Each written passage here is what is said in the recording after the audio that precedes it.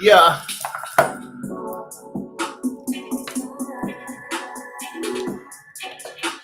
It's Monday. And I got the 2 screens set up today. You know what I'm saying? I went on ahead and upgraded my shorty. She blessed me with another monitor. You know what I'm saying? She let me have one of her other monitors. And it worked out because oftentimes I found myself missing important comments and missing super chats. And that shit ain't cool. You know what I'm saying? It ain't cool to miss out on that. But I had a pretty good weekend. I did indeed. And it's Monday, so we're going to get things started off right. You dig? What we got here? What is this? Got some new music Monday. See what we talking about. Oh, we got Jenny Jupiter in the building. We got Fritza. How you doing? Hey, yo, you back from the dance competition, Fritza? How did that go? You definitely had a cooler weekend than I did. That's awesome. That's cool as hell. Yeah, the one monitor just wasn't. It just wasn't working. You know what I'm saying? It was doing its thing for a little bit, but you know, we got to upgrade in the world. You know what I'm saying? We got to upgrade. But this will definitely help out a lot.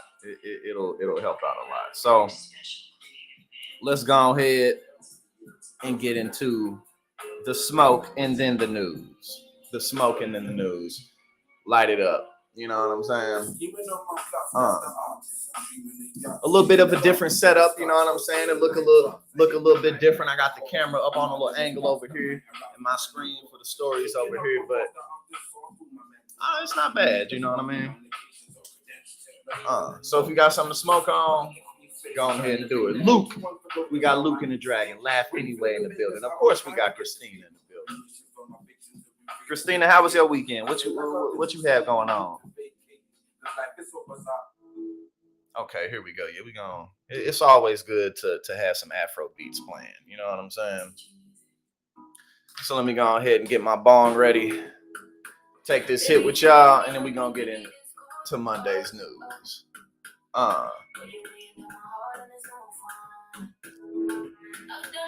Shit, I'm glad you had a good time, Fritz, and it sounds like you did pretty well too. I'm glad you enjoyed it. Honestly, that's something I want to get more into. I want to get more into that, like ballroom dancing, bachata, salsa, stuff like that. That'd be cool to do more of it. Dreadhead Prophet. I don't know what 710 means either. I'm not sure what that means. Oh, we got Trinidad in the building. Lawrence, what's going on? Yeah. I'm gonna have to rearrange my art in the background if I have my setup like this from now on. Because I got my Muhammad Ali picture right there, but you can't see it with the new setup like this. But it's all good.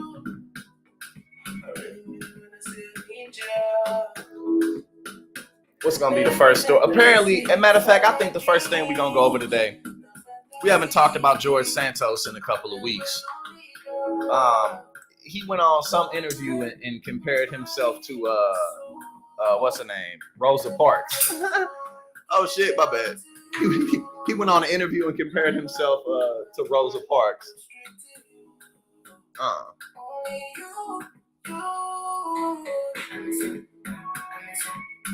You said catfish job? What's going on, Flawed Dragon?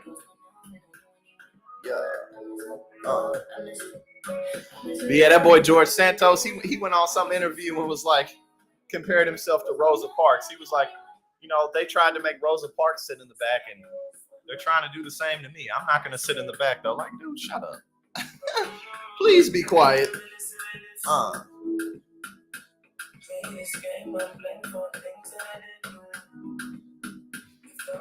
Right, I'm not mad. I'm not mad at George Santos either. It's just quite entertaining. You know what I'm saying? You can't even be mad at George Santos because it's just who he is. You know what I mean? He's gonna do what he's gonna do.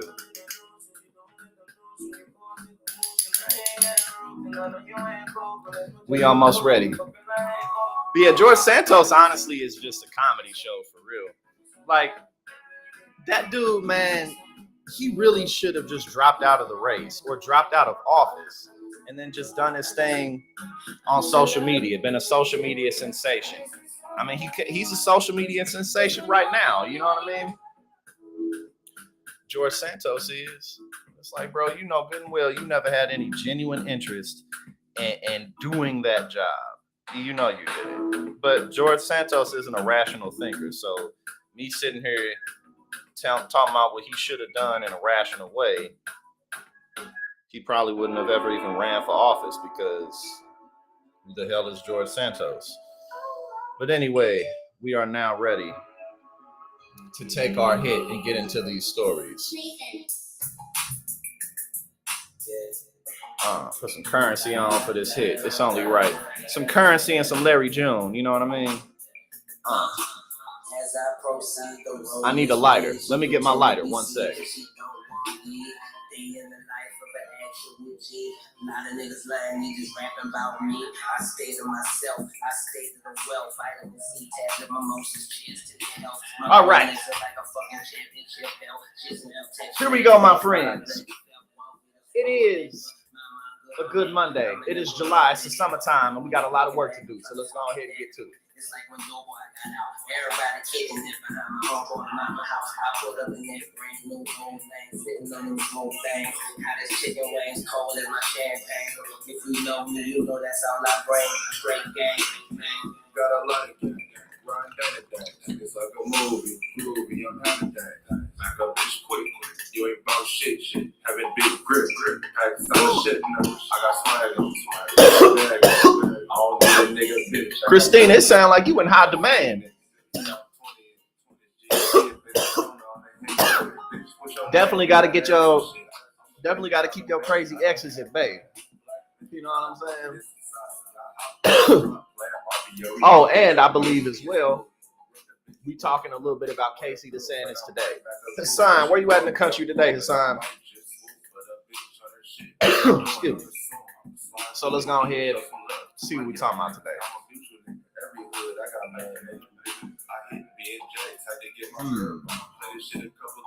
Oh yeah, I said we're gonna start off with George Santos, so that's what we're gonna start off with. All right, now we shall get into it.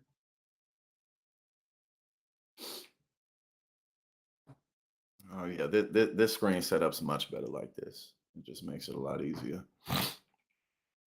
George Santos seriously thinks he's the new Rosa Parks. Let's just see what the man has to say, because you know there's really nothing to dive deep into. It's just a good time. So let's see what the man is talking about. Hear from the horse's mouth. They come for me, I go right back for them, because I think for far too long they've gotten away with getting along to get along. So no, it's not going to stay that way anymore. I'm going to call them out. You want to call me a liar? I'll call you a sellout. I mean, Mitt Romney, the man goes to the State of the Union of the United States wearing a Ukraine lapel pin, tells me, a Latino gay man, that I shouldn't sit in the front, that I should be in the back. Well, guess what? Rosa Parks didn't sit in the back, and neither am I going to sit in the back. That's just the reality of how it works. Mitt Romney lives in a very different world, and he needs to buckle up, because it's going to be a bumpy ride. How it works. Mitt you saw him look at it. He kind of rolled his eyes like, okay, man. Just the reality of how I'm going to sit in the back. That's just the reality of how it works. Mitt Romney. He's like, this guy. I mean, what else can you do? Because again, like George Santos just really isn't somebody that. Oh, we got Vidingale in the building. What's going on? Good to have you here. Good to have you here. But yeah, this guy, you know, of course he's gonna pull the gay card. You're gonna put he has to pull the gay card. You know what I'm saying? Because it's not like you lied about like literally everything that anyone could possibly lie about in your life. This dude lied about where he came from, who his parents are, who his grandparents are, where he worked, what he's done with money. I mean, like literally anything that you possibly could lie about, he did. But what do people say about it?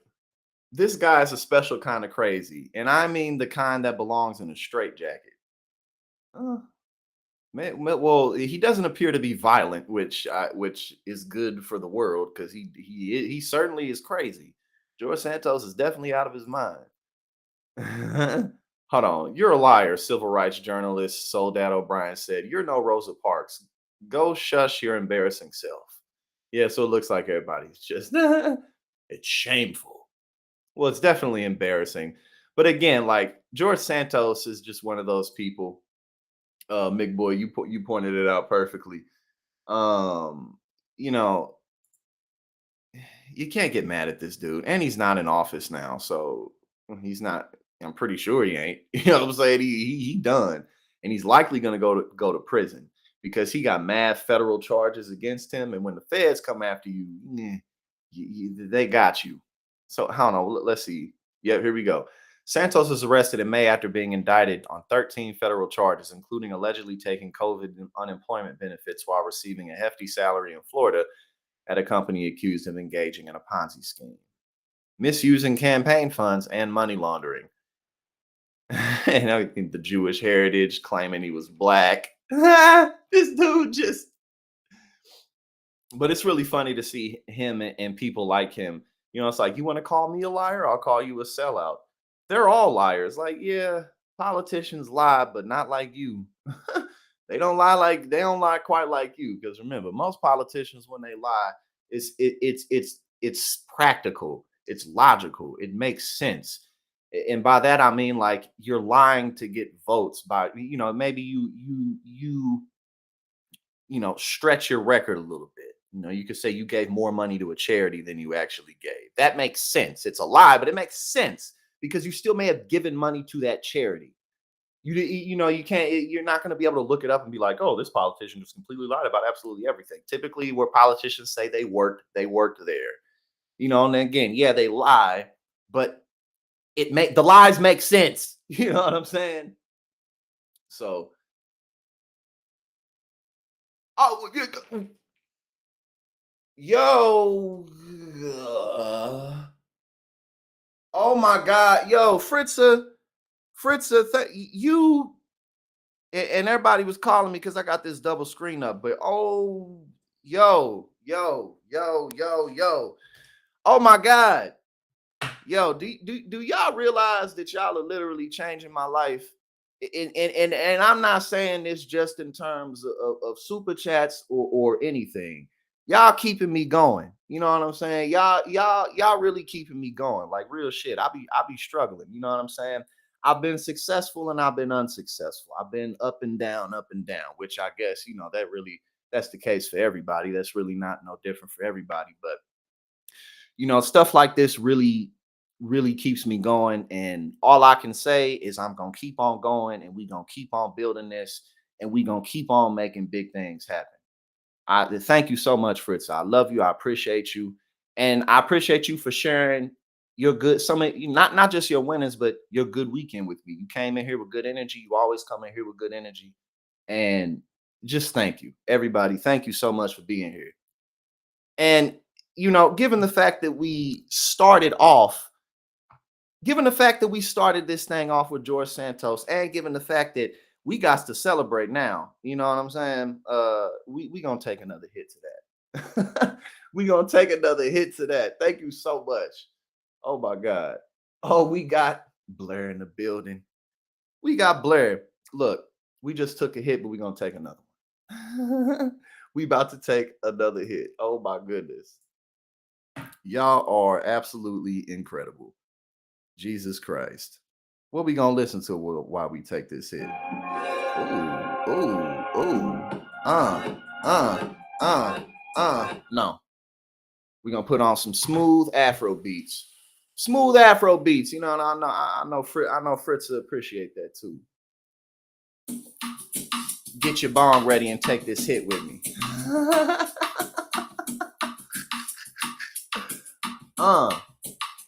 Hey. Fritzy, you gonna have to teach me how to. Now I can dance. I can't dance as well as you because I'm not trained. You know what I'm saying? But I'm quite athletic. You feel me? And I got a nice little 2-step. I got a nice little 1, 2, 3, 4 step. You dig? You gonna have to show me how to ballroom dance. You definitely gonna have to put me on. Put me on game. Show me what's up, and teach me a little more about Haitian culture. You know what I'm saying? Because we got mad Haitians out here in New Jersey. Y'all all over the place out here, so you're gonna have to put me on. You're gonna have to show me what's up. Hey.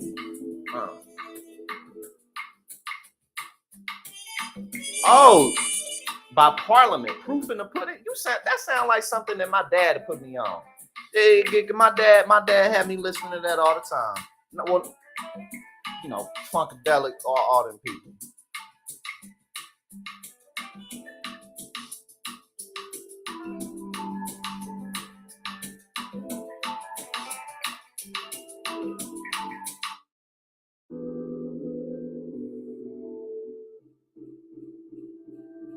Oh, I was thinking of like what's it called? Parliament. Man, oh, you talking about out there in California? But let me tell you, man, McBoy, Mexican women is fine, so that ain't no problem. But actually, though, no, I would say the Northeast, the New York, New Jersey area. I would say it's more diverse here, even than it is in California. I mean, it's very diverse in California, but I would say that it's a little more beat because, like, there's more, like, for instance, there's more Haitians here. There's more Caribbeans here in general. You know what I'm saying? There's a lot of Haitians, a lot of Dominicans, a lot of Puerto Ricans. You know what I mean? So I think it's even a little bit more diverse out here, but the entire state of California, there's definitely more happening in California for sure.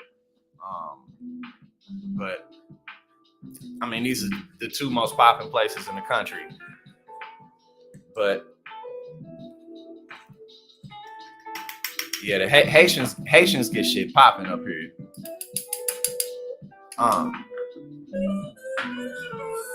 Yo, this was a nice suggestion because we about to take this hit right now and then continue on with the stream.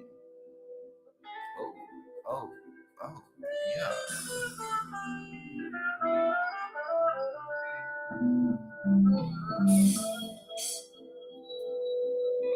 All right.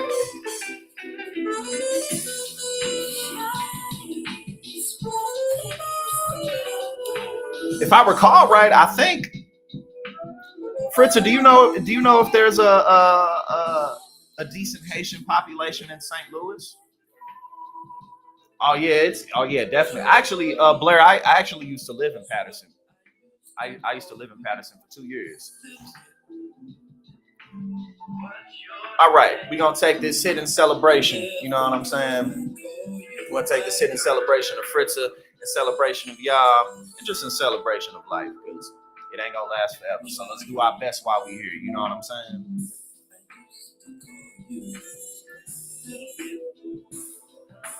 What's your name? Never gonna call you my girl. My girl.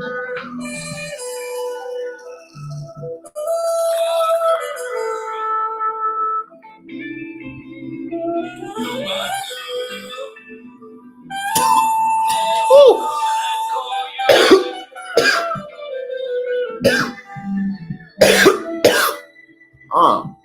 All right. Now let's get into this next story. Give me just one moment. Give me one moment, and then we're going to get into this next story.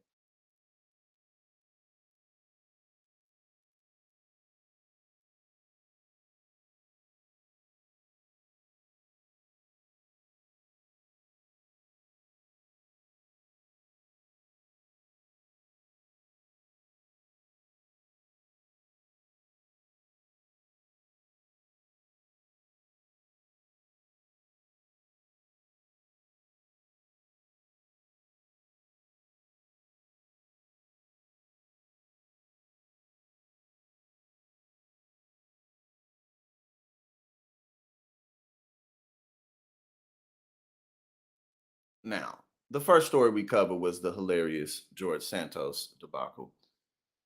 But that's not something you really can get mad at because, again, it's just George Santos. But since we just took a hit, let's talk a little bit about this.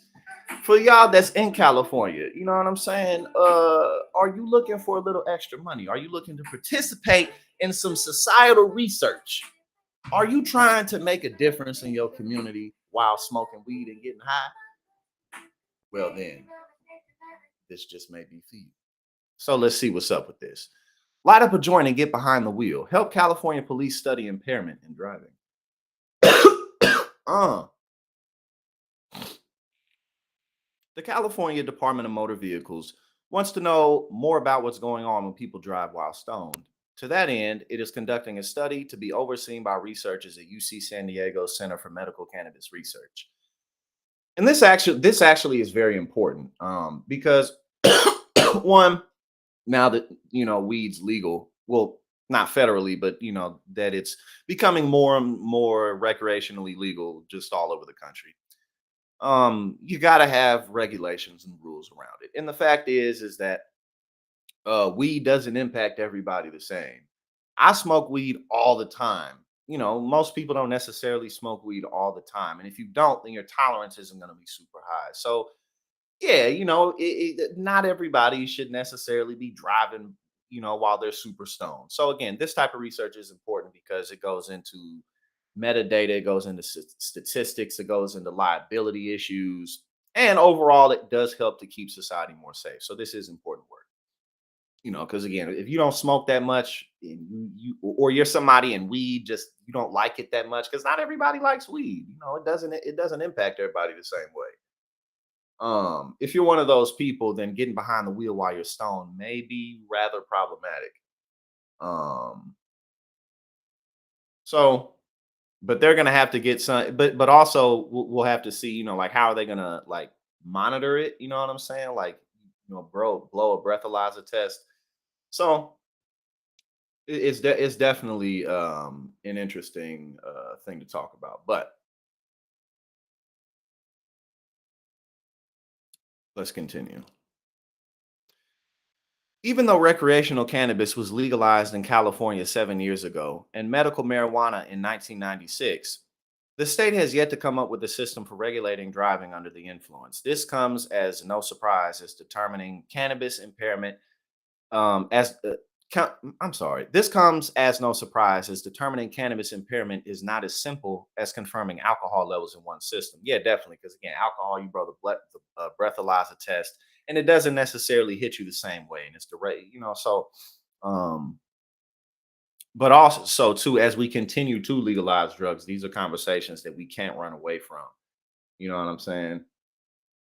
He said you could only read a paper map. Oh, you must be a savant then. That's what it is. You just one of them savants. That's all. That's all. You Rain Man. If it ain't extra difficult and too complicated, then it ain't for you. That's just how you roll. You too smart for everybody. That's how you get down. And I dig it. I respect that. You know what I'm saying? Keeps people like me on my toes. All right. So but yeah, as we continue to legalize other drugs, this we can't run away from these conversations because there's always going to be people who are like, "Ah, no, we shouldn't legalize this because." So you got to be able to work with people or run them over, one of the two. Traces of THC stays in the system for days, even though the person is not necessarily impaired. Man, THC stay in your system for weeks. Anytime I've had to get clean because I had to maybe like I took a drug test for like a job I was going to get or something. I'm a real generally very active person. I work out a lot, I sweat a lot, but even at that, you want to give yourself a couple of weeks to really get yourself clean because weed has a way of just staying inside you, staying in your system because it's fat soluble. And fat just kind of hangs out just in case. And that don't eat just fat in general. You don't gotta be like obese or nothing, but it hangs out in fat, and fat hangs out just in case ain't no food, and our bodies are like, I'm hungry. And then the fat's like, here you go, bro, have some sustenance. So that's how that works. More or less. I'm not a doctor. That's more or less how that works. While scientists are busily researching effective marijuana breathalyzers, no such device has been developed and cleared for use by law enforcement, and that's likely going to take quite some time. Yeah, Mara, that's a fact. Like whenever I got clean to take a drug test, I always get myself like 3 weeks, and during those 3 weeks, again, I ain't got no fat on me for real anyway. But even at that, during those 3 weeks when I'm cleaning my system out of THC, um, you know what I'm saying? I'm I eat like no fat. I eat no saturated fat. So it's just like straight salad, turkey, and then just like even more water than normal. And then normally I'm doing a whole lot of like cardio exercises, but I'm running like 40 miles a week. You feel me? Like stuff like that. 6 days that you could probably that makes sense too. But you active as well. I know Mick, I know you're very active as well. You know what I'm saying? But you definitely want to give yourself time. A couple of days probably ain't. Yeah. Yeah, I always gave myself like like 2 to 3 weeks just to make sure.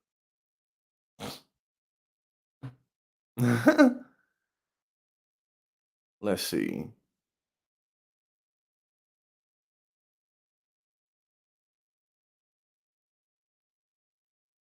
While scientists are busy, okay, I just read that. Participants will be given either cannabis or a placebo to smoke and then asked to drive around the California Highway Patrol Academy racetrack in a vehicle with sensors. Are they gonna be riding around in a racetrack? Yeah, if you in California, you gotta sign up for this. This sound mad fun. You just show up and get dumb high and then just drive in circles.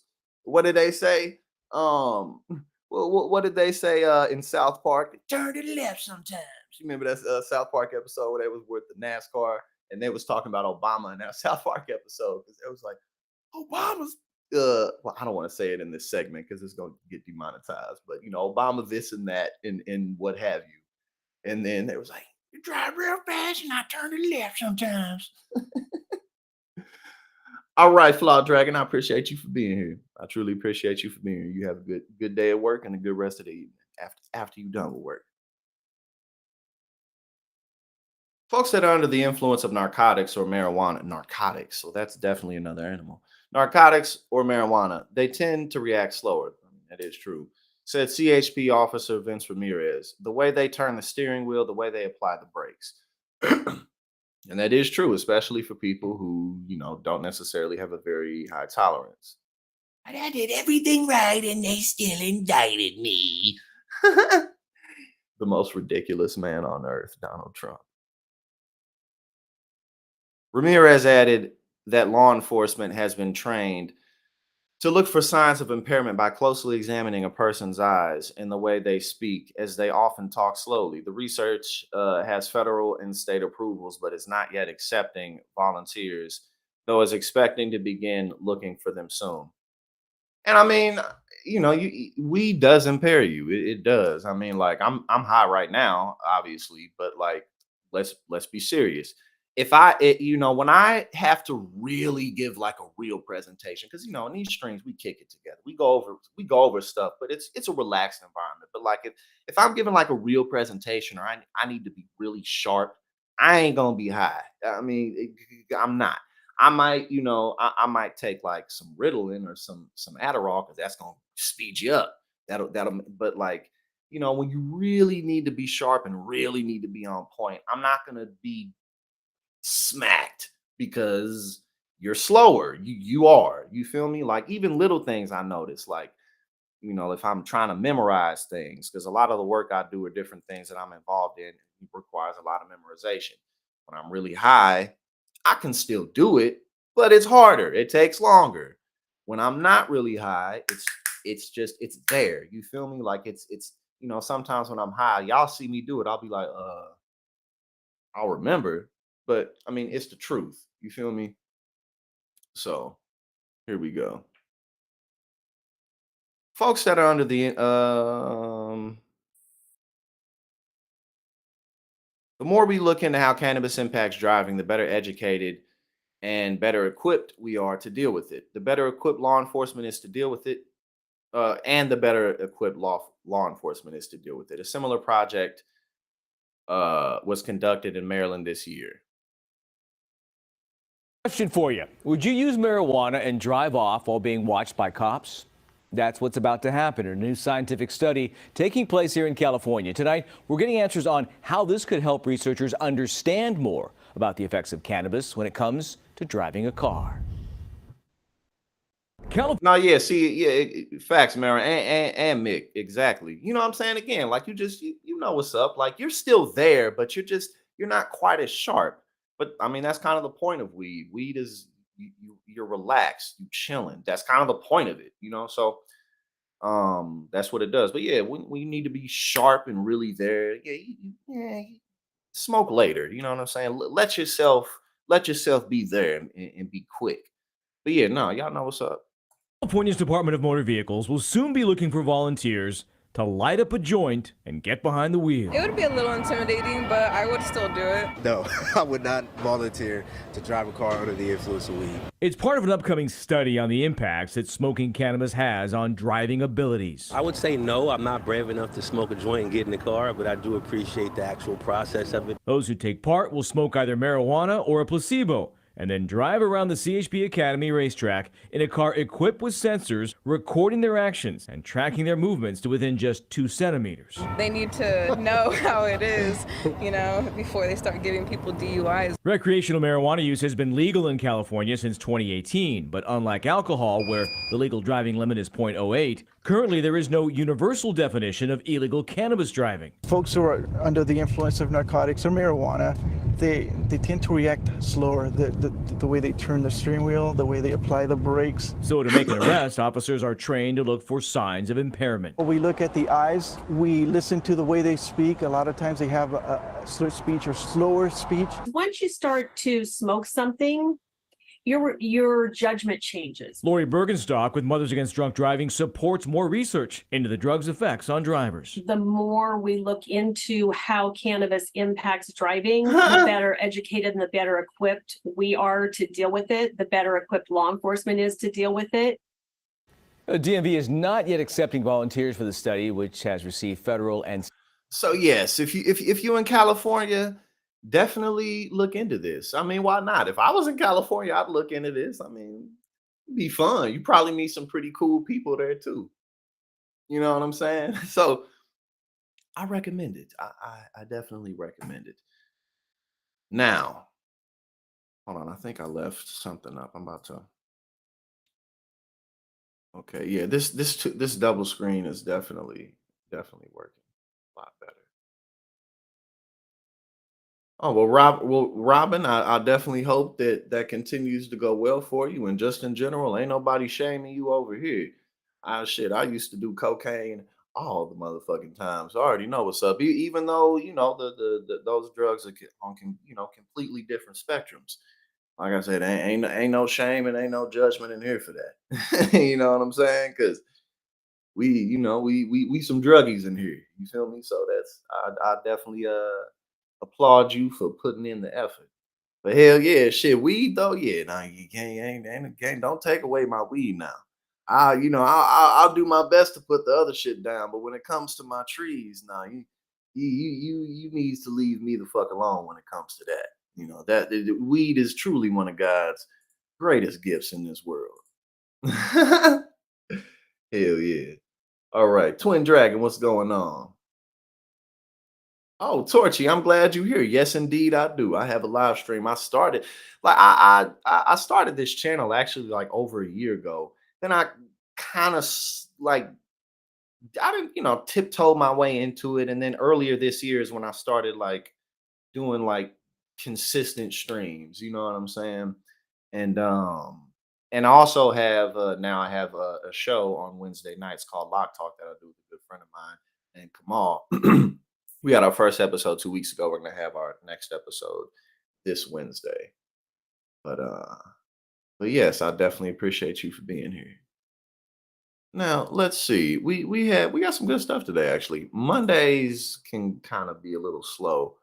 I mean, it's Monday. You feel me? So so it's just interesting how like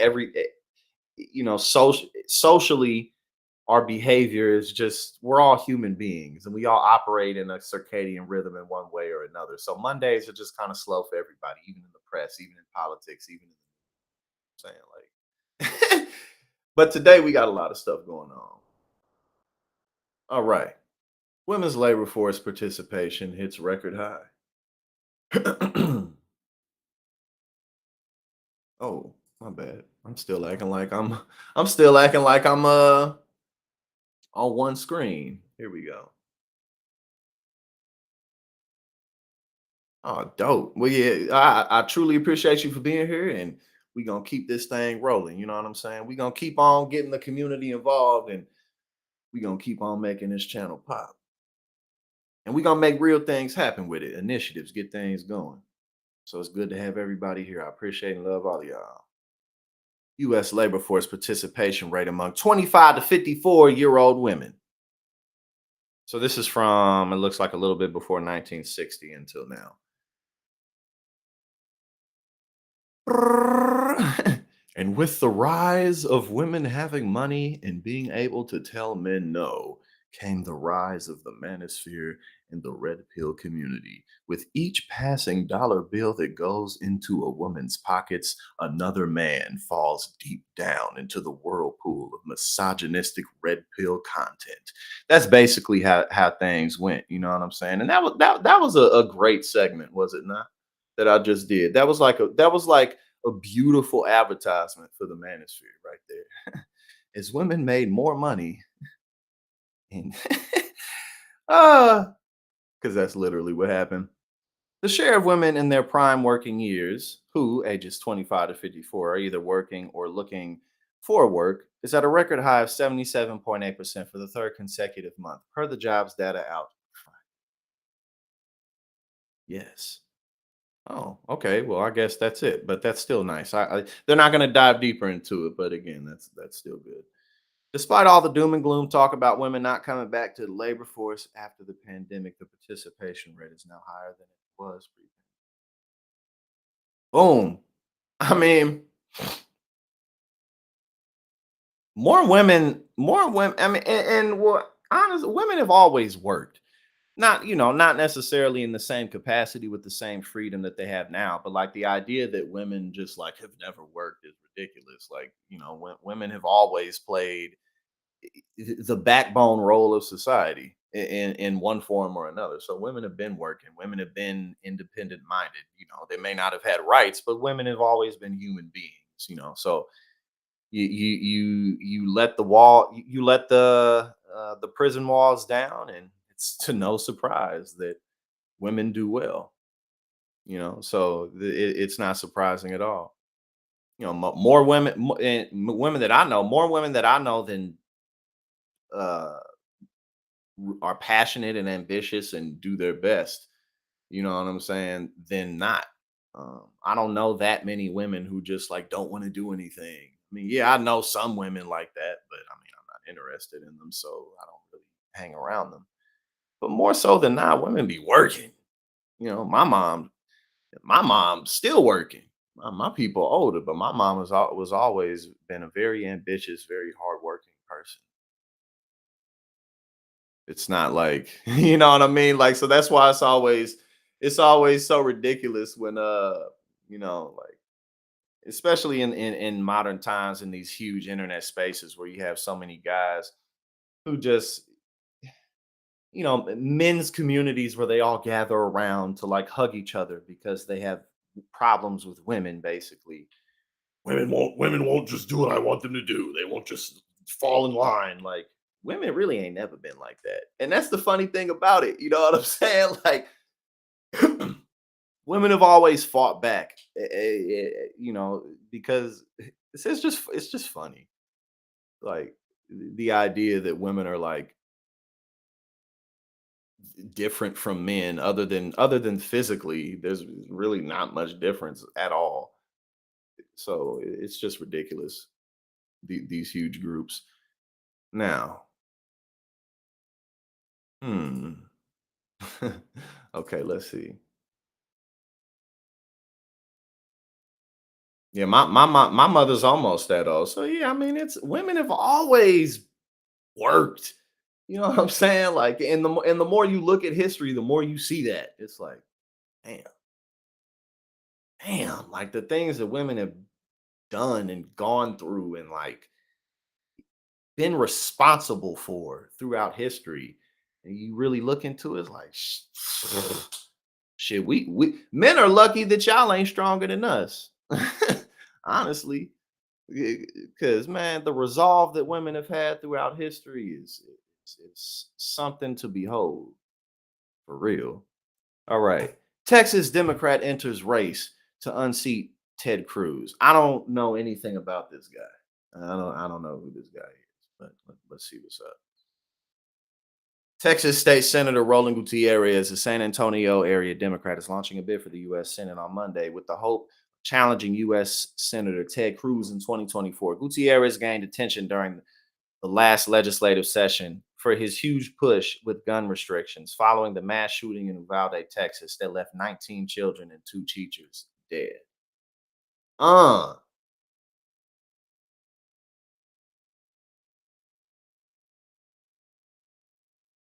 just catching up with y'all. Yeah, see, man, it's like everybody who knows women knows hardworking people. You know what I'm saying? Like, so it's women be working hard more so than not, for sure. Because the reality is if you don't work, you can't eat. Gutierrez gained attention during the last legislative session for his push for gun restrictions following the mass shooting in Uvalde, Texas, that left 19 children and 2 teachers dead. His bills, however, never got a hearing in the GOP-controlled Senate. Gutierrez will face U.S. Rep. Colin Allred, who has raised, I believe, if I recall correctly, a little over, what was it? It's either around 7 million or it is $7.2 million. It's one of those two, or 6.2. It's one of those three, but it's around that area that Colin Allred has raised in the last, I believe, 3 months. So, Colin Allred is also raising a lot of money, and there's the PAC, the Lose Cruz PAC, that's raising millions of dollars. I think Ted Cruz has a good chance of losing this election. Like, I think he does, because he barely beat Beto. And let's be serious, people really don't like him that much. Even Republicans. He's a useful tool, but people just really don't like this dude.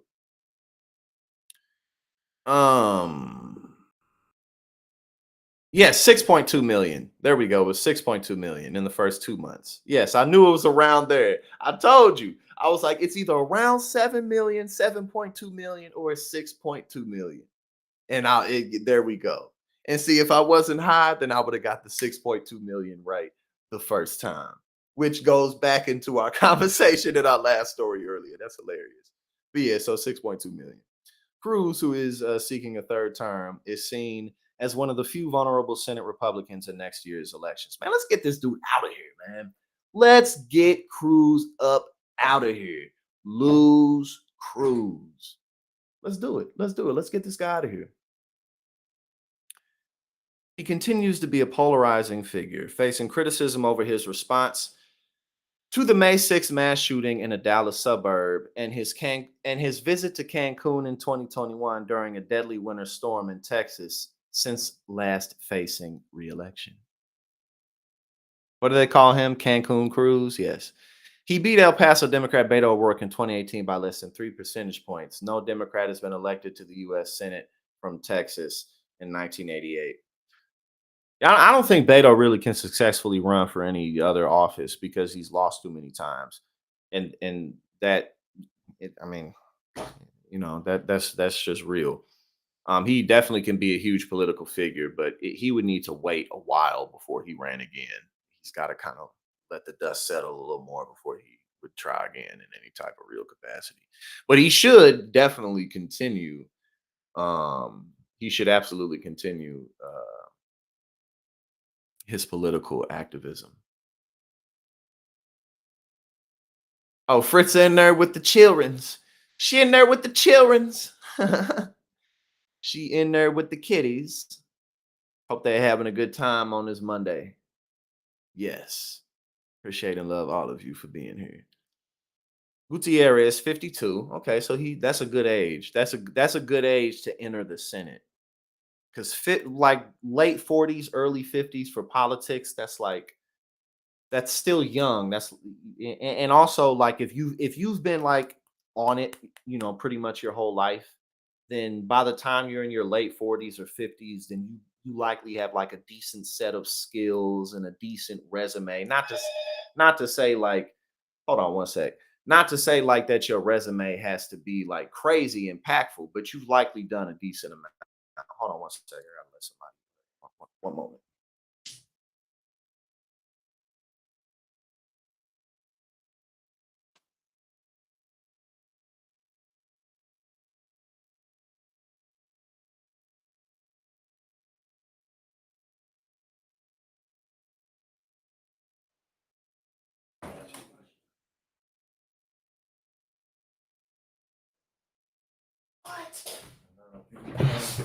Yo, what's popping? We back. Where was I? He beat El Paso, Texas Democrat Beto O'Rourke in 2018. Okay, we already read that. He was elected to the state senate in 2020. That was Gutierrez. For me, Uvalde was certainly a moment in my life that changed me forever, Gutierrez told Axios, adding that it's one of the reasons he's looking to unseat Cruz. Hold on one sec.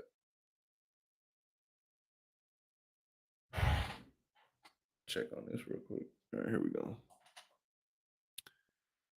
For me, Uvalde was certainly a moment in my life that changed me forever, Gutierrez told Axios.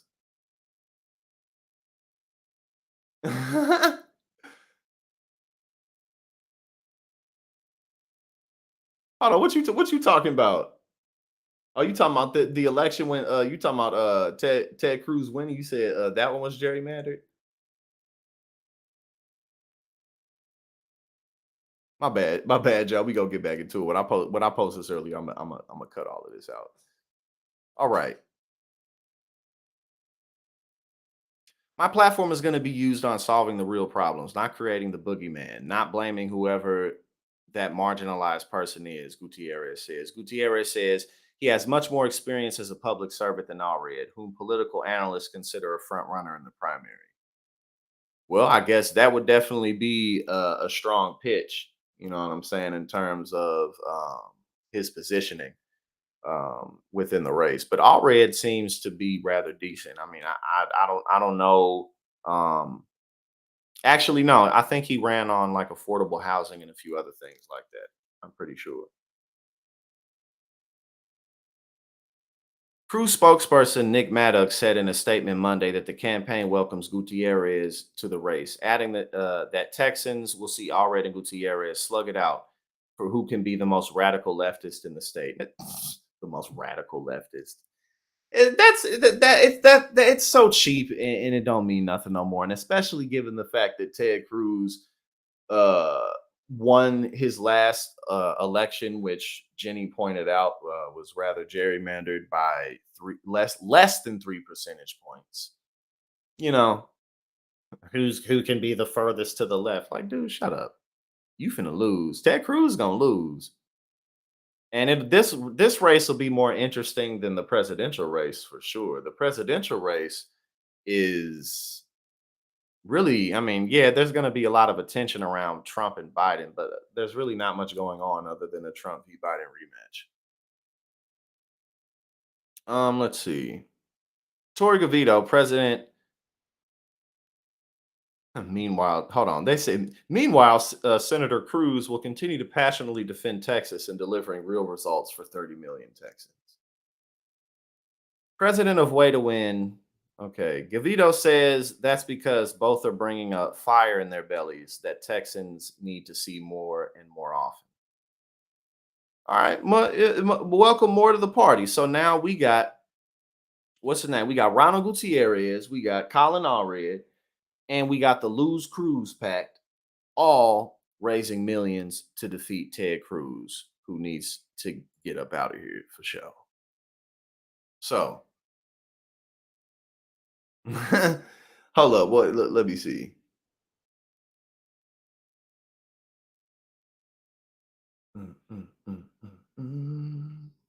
What you talking about, Fritz? Of the who can duke it out to be the biggest leftist, the most radical leftist?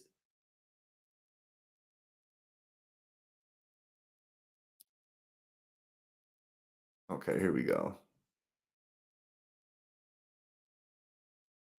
Oh yeah, Jenny, you right. I forgot about that. I totally forgot about that. He did. They was mad at him the other day, wasn't they? They was mad at him the other day because he was like, I don't think they should be put to death. I don't remember who it was that was criticizing him, but you're right. I totally forgot about that. Fox News' Maria Bartiromo asked Meatball Ron DeSantis to his face what's going on with his failing campaign. Oh, yeah, but Ted Cruz defending Texas. Right, exactly. Like, get out of here. You ain't doing nothing. All right, so let's see. Apparently, she asked him to his face, what's going on with your campaign? Bartiromo, I'm wondering what's going on with your campaign. What happened, DeSantis? These are narratives. The media does not want me to be the nominee. Oh, these people are such losers.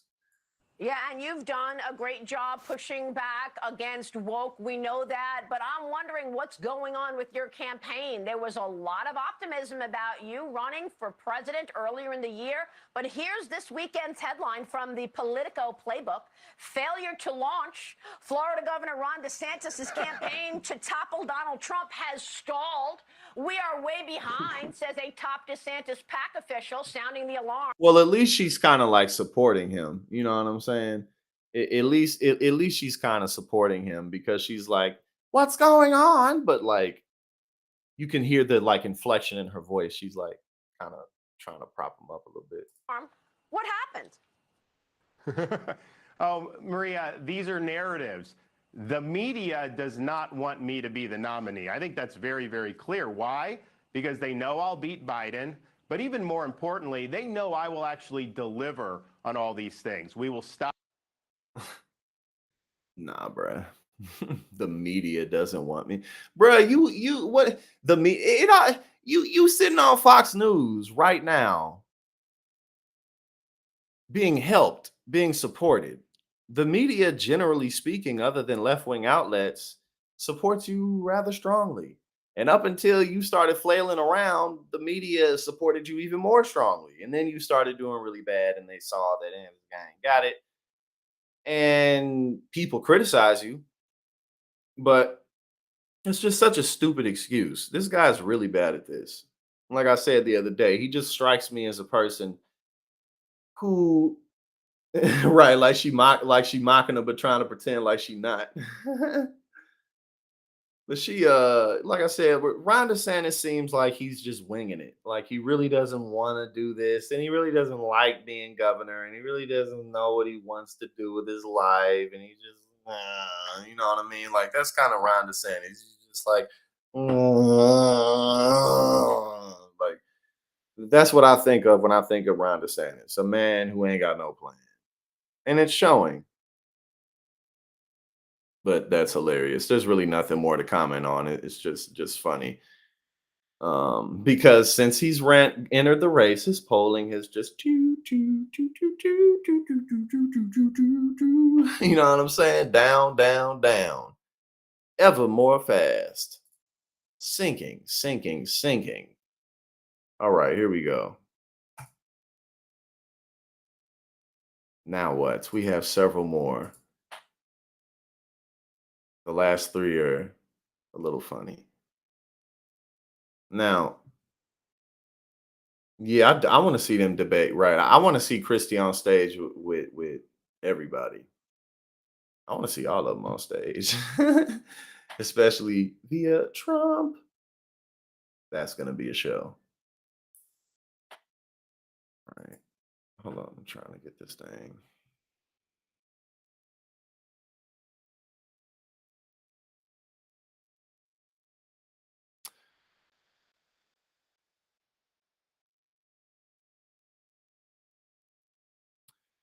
Oh, hold up.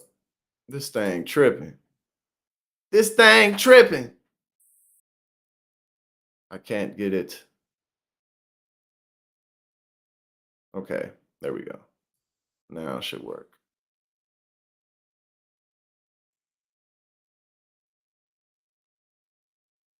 Former GOP lawmaker says Casey DeSantis is America's Karen to a lot of people, and she can only do so much to help her husband. The debate start in 6 weeks. Oh God, man.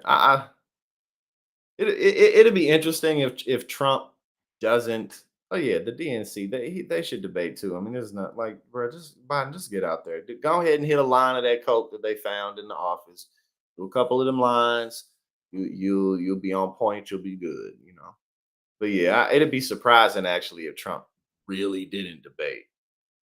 But I do look like I'm short right now, don't I? I do look like I'm short and with it up here like that. So yeah, so the other day Ron DeSantis put out an incredibly corny, ridiculous commercial, basically where he was saying, "I basically the commercial was just like I hate gay people." But it wasn't just that. It was he was trying to paint Donald Trump like Donald Trump is like a huge champion, right? Like Donald Trump is a huge ally of the gay community, of the LGBTQ community. So that's what his campaign video tried to paint him as. And then obviously he got backlash for it. You know, you're alienating an entire group of people, blah, blah, blah. Then his wife, Casey DeSantis, came out with a commercial basically doubling down. It was like a minute and a half longer because, you know, Ron DeSantis is a robot and he can't talk for longer than a few seconds without breaking down and malfunctioning. And she did the same thing. So that's basically what happened. And again, you know, let aside the morality issues. It's like, bro, you're running for president and you're announcing to basically every minority group in the country that you don't support them, whether it be immigrants, you know, from Mexico or Central America, whether it be anybody in the LGBTQ community, whether it be black people, it don't matter. Like he's just signaling to everybody, F you, vote for me. I'm Ron DeSantis. Like, bro, that's not gonna work. Obviously. You said his wife is a recycled Anita Bryant. But yeah, he really put her out there like that. He had Mike. Oh yeah, man, this thing is ridiculous. But let's see. Former GOP Congressman David Jolly told MSNBC that Casey DeSantis has become America's Karen. DeSantis is often credited for boosting her husband's presidential campaign. But Jolly said it doesn't matter if it's presented in heels or boots. The DeSantis doctrine is a losing one. That's true. It don't matter. You can drag your wife out on stage, but you're still basically giving the middle finger to everybody who isn't a hardcore right-wing evangelical Republican. I mean, that's all you're doing. So you can dress it up in Casey DeSantis or anybody else. You can put Elon Musk out there. Funny, Elon Musk is like, I want Ron DeSantis to be president. Like, oh, okay, now look at that. Elon Musk is he's always so off. He's so ridiculous. He's another ridiculous person. Casey DeSantis is a fairly compelling political figure in Florida and now nationally. For many, she's the brighter side to Florida's angry governor. For others, she's become America's Karen. David Jolly, who represented Florida's 13th congressional district from 2014 to 2017, said on MSNBC's The Saturday Show with Jordan Capehart, "Look, she's a more effective messenger than Ron DeSantis, but if all she's doing is amplifying the wrong message, she's actually clarifying Ron DeSantis' weaknesses. It doesn't matter if it's presented in heels or boots. The DeSantis doctrine is a losing one. We are going to learn that the more Casey DeSantis gets out there, we're going to learn that the more she gets out there." Since leaving office, Jolly had regular appearances as a political analyst for media outlets like MSNBC and CNN. Casey DeSantis, a former news anchor, has been credited with boosting her husband Ron DeSantis' 2024 presidential campaign and improving the governor's image. It's clear she's the X factor that complete the political element that is Ron DeSantis. Without Casey, we would not be the same person. That's funny. But Governor DeSantis' bitter feud with Disney and his reputation for spearheading Republican culture wars, among other factors, may be hurting his presidential ambitions. DeSantis has consistently lagged behind former President Donald Trump per multiple GOP primary polls. And again, ever since Ron DeSantis has entered the presidential race, down, down, down, down, down, down, down, down, down. Not the other way. The other way.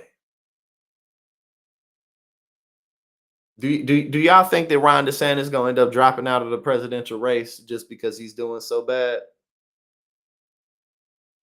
Because I wouldn't be surprised if that happens. I mean, because how much can a man take? You know what I'm saying? Like, how much punishment can anybody really take? Like, bro, like you just gonna keep getting more unpopular. People gonna keep making fun of you. And it's justified. It's not even like people are being petty with Ron DeSantis. Like, bro, you put your middle finger up to literally everyone, and now you sitting here talking about the media doesn't want me to win. Who cares? If the people liked you, then you know what I'm saying? If the people liked you where it counted. So, like, bro, get out of here, man.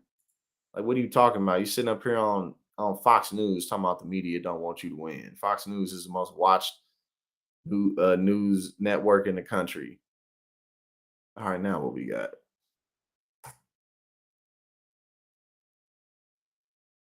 Yeah, he is stubborn, so he may end up staying in it. Be like, you know what? We're gonna run in 2028. This was, yeah. What if his ego don't let him? Yeah, no, you're right. Because if he had half a brain in his head, he wouldn't have even jumped in this race. Because, like I said, he could have just he could have just not ran and been like, you know what, guys, I really want to focus on my second term as governor. I'm still kind of young. I'm still getting my feet wet. I want to, keep my attention here at home, and maybe we can look at this later. If he would have came out and said that, I mean, one, it would have been the truth, and because it was the truth, and because it makes sense, people would have been like, yeah, that makes sense. People may get mad and be like, yeah, we don't want Donald Trump, but I mean, look what difference is it making anyway? Because people don't want Ron DeSantis. The Purge 6 director reveals Congresswoman Marjorie Taylor Greene inspired the film's, quote, Broken America. The next installment of The Purge will focus on a nightmarish version of the United States, partially inspired by Congresswoman Marjorie Taylor Greene. Director James DeMonico says, The Purge 6 is about the remapping of America based on ideology, sexuality, and religion, so that the states are broken down.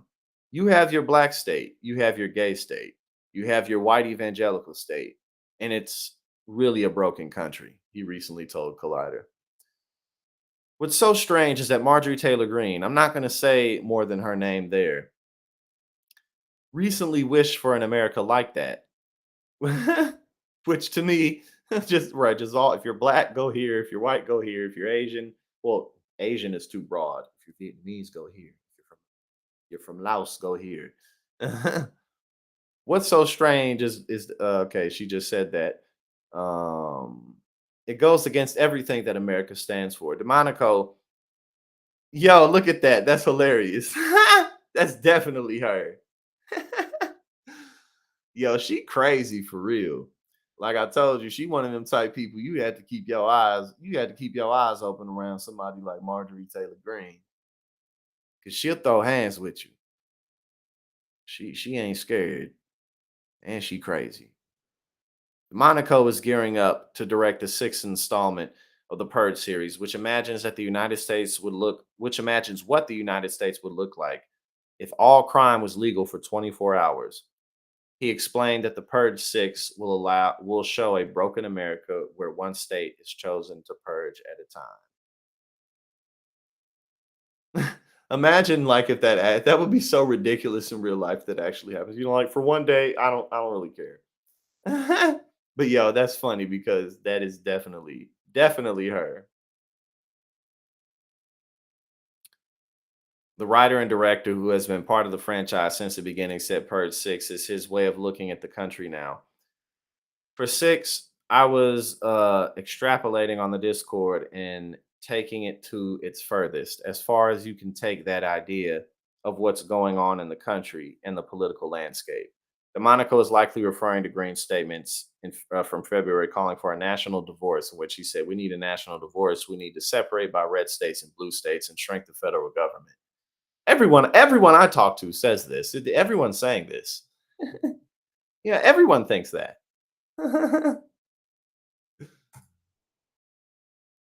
Yes, I will be. I'm pretty sure I'm on. Let me look. I think I'm on Boss today.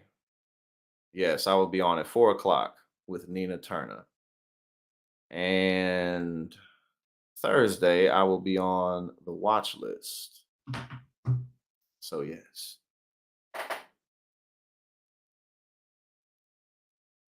Hold on. What should we do now? We have 2 more. Okay, look. So this one, I'm like, when people do stuff like this,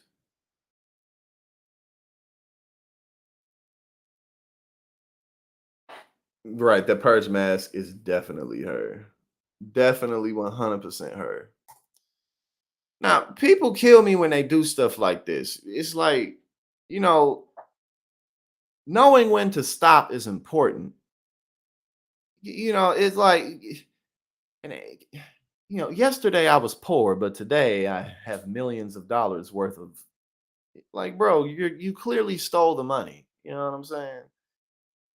An Amazon manager who stole almost $10 million with fake invoices and used the money to buy a house, a Tesla, and a Lamborghini was jailed for 16 years. Like, bro, like you could have stolen.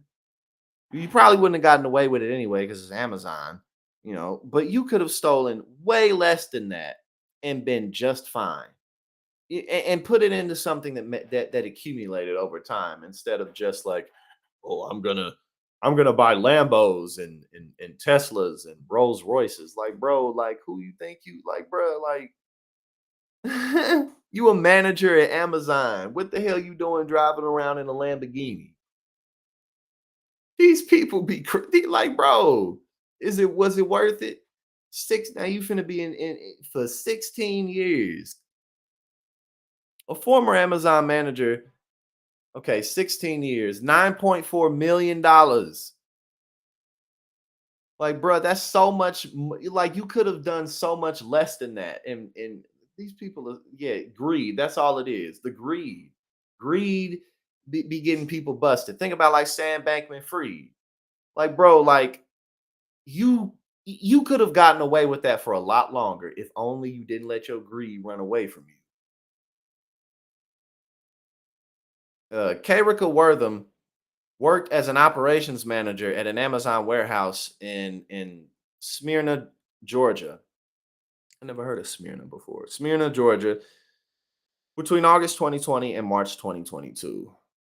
She used her position to create fake vendors, passing them on to unknowing subordinates to process by the U.S. Attorney's Office, per the U.S. Attorney's Office for the Northern District of Georgia.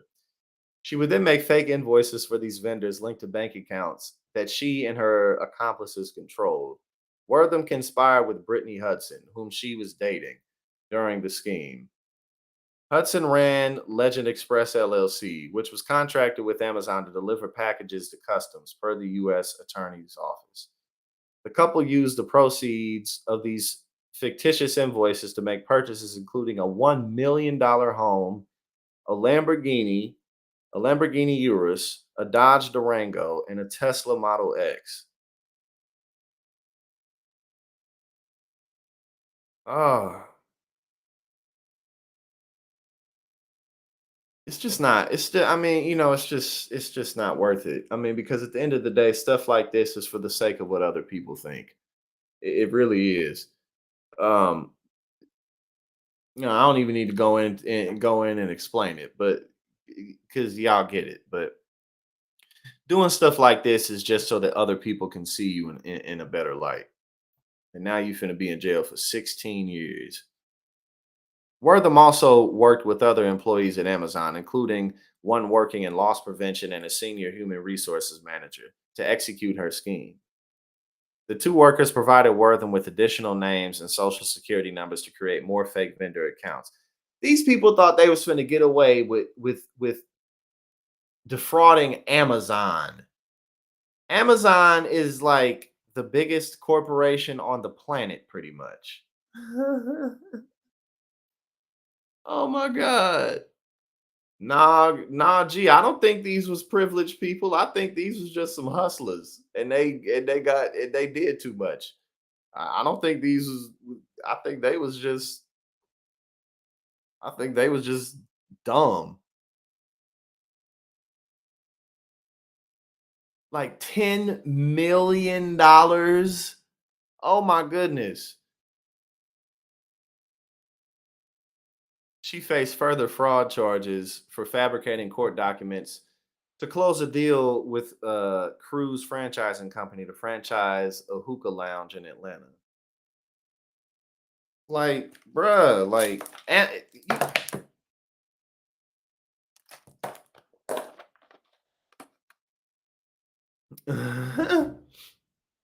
this is so ridiculous. Like, how did you think you was finna get away with this? Wortham, third, and you only 32. See, look at this, man. Because again, I'm 31, and that's still like people my age. I mean, people be immature forever, but a lot of people my age are still rather immature. Like you did all this so that you could look cool to people. That's all this was about. At the end of the day, you wanted to look cool.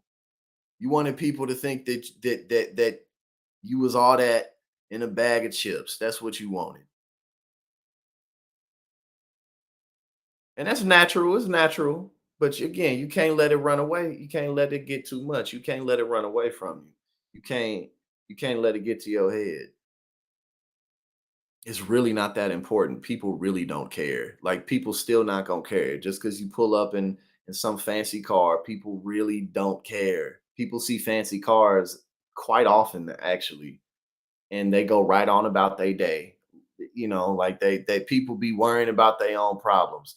You pull up in a Lamborghini, somebody will look to their right, watch you drive past, and then they're gonna look ahead and keep on thinking about themselves, just like everybody else, because everybody got problems to deal with.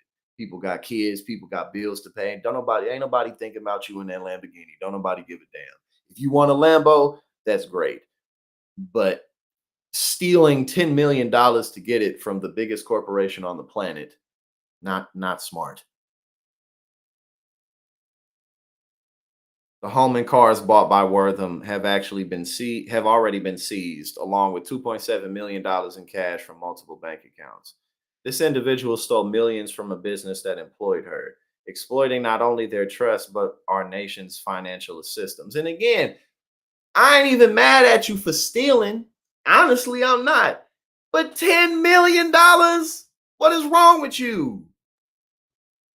I ain't mad at crooks for crooking. But when you get, you know what I'm saying? But when you do too much, that's when it's like, bro, come on, man. Like you don't even need to be in this position, but you just had to do more because you really thought you was that smart. But these people got all the money and all the technology in the world. You're not finna get away with it. Just like everybody who thought they was finna get away with them triple P loan scams. Like y'all really think you finna get away with defrauding the US government? You really think that the United States federal government doesn't have the resources to put you in prison? You tripping. You gotta find an easier mark. If you're gonna do that, you gotta find somebody or something that ain't gonna come get you. Now this is hilarious. I don't even really want to go over this that much. It's just hilarious.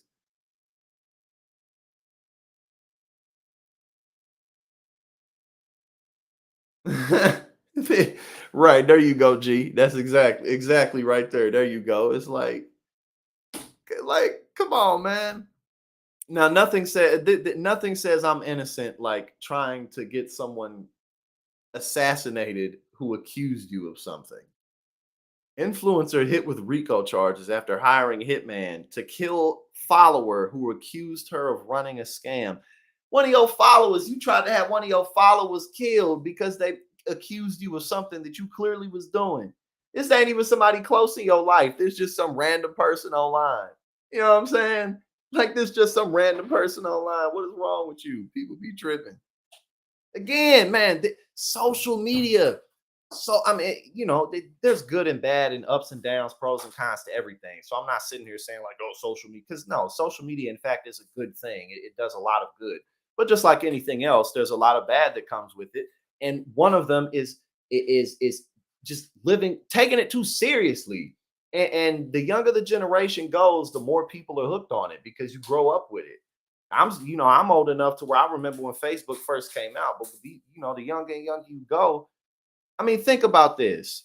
One of your followers accused you of something. You know what I'm saying? Or obviously, this is an extreme case. But think about how many surgeries people put themselves through, the pain that they go through because of what they see on social media. They think they don't look the way they supposed to look. So they gonna make themselves look that way. And again, in and of itself, is there anything wrong with it? No. But man, people be going to the extremes, and all for what? Was this really necessary? Like I could see a little here and there, but like, you know what I mean? Or even men, how depressed so many men are because we look online and we see, you feel me? We see that we supposed to be living a large, grandiose lifestyle, but we not. So we not good enough. But again, this is just an extremely extreme version. You accuse me of fraud, I'm gonna have you killed. Nothing says I'm innocent like that, right? Because look, I remember I be coming after people for fraud, and I remember one time I came after somebody for that, and they got mad. And I'm like, yo, what you so mad for? How did you even notice me coming at you for this? You know what I'm saying? And then they tried to that's basically what I presented, and they tried to like clean it up like they wasn't really tripping. But people are funny, man. I don't even want to go over this all that much. I just wanted to laugh at the heading. But yeah, social media definitely, just like most other things that are within society, it definitely has its uses. I mean, basically what we're doing now is social media. YouTube is social media.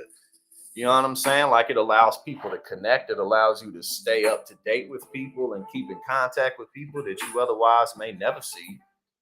You know, it helps you stay up to date with what's going on in the world. So it's not all bad, but you got to be careful.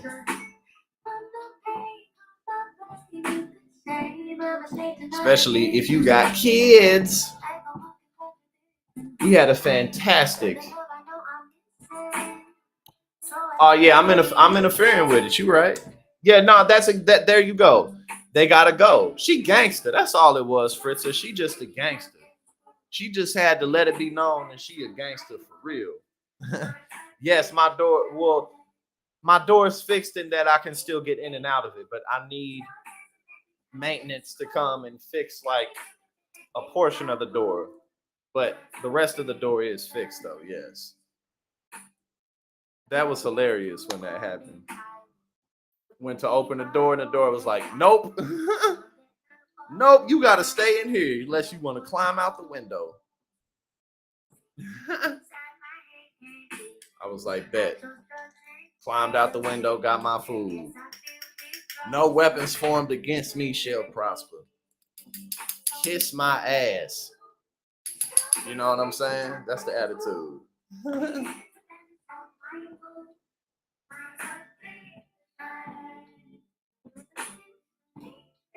Ooh. Now, we're going to go ahead and take this hit. You know what I'm saying? Thank you again so much, Fritza. It means so much that you hear it all. But again, I'm telling y'all, man, y'all are changing my life, and it means a lot. It really does mean a lot. So thank y'all just for rocking with me. I'm gonna make sure that as we continue to grow, we run this channel together, run this platform together, get things going in the real world together, get people elected, get people on platforms, push initiatives, raise money for different types of things. You know what I'm saying? Help people, help to bring attention to different people's hustles and all businesses, vendors, all of that. You know what I'm saying? We're gonna get a whole lot cracking on here. Yeah. Let's take this hit now.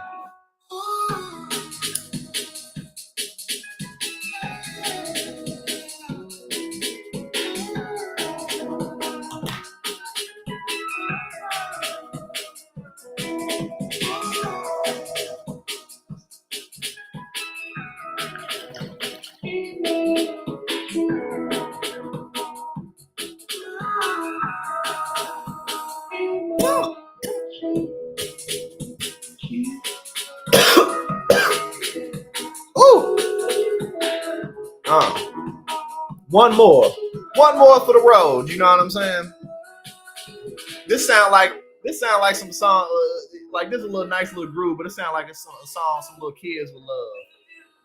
Like some little kids just like bouncing around to some shit like this. Oh.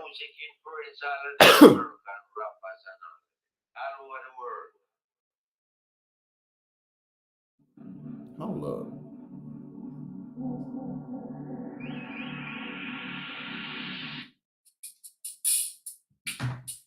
Yes. We gonna put on some weed, some OG weed smoking music right here. There's some extra OG weed smoking music.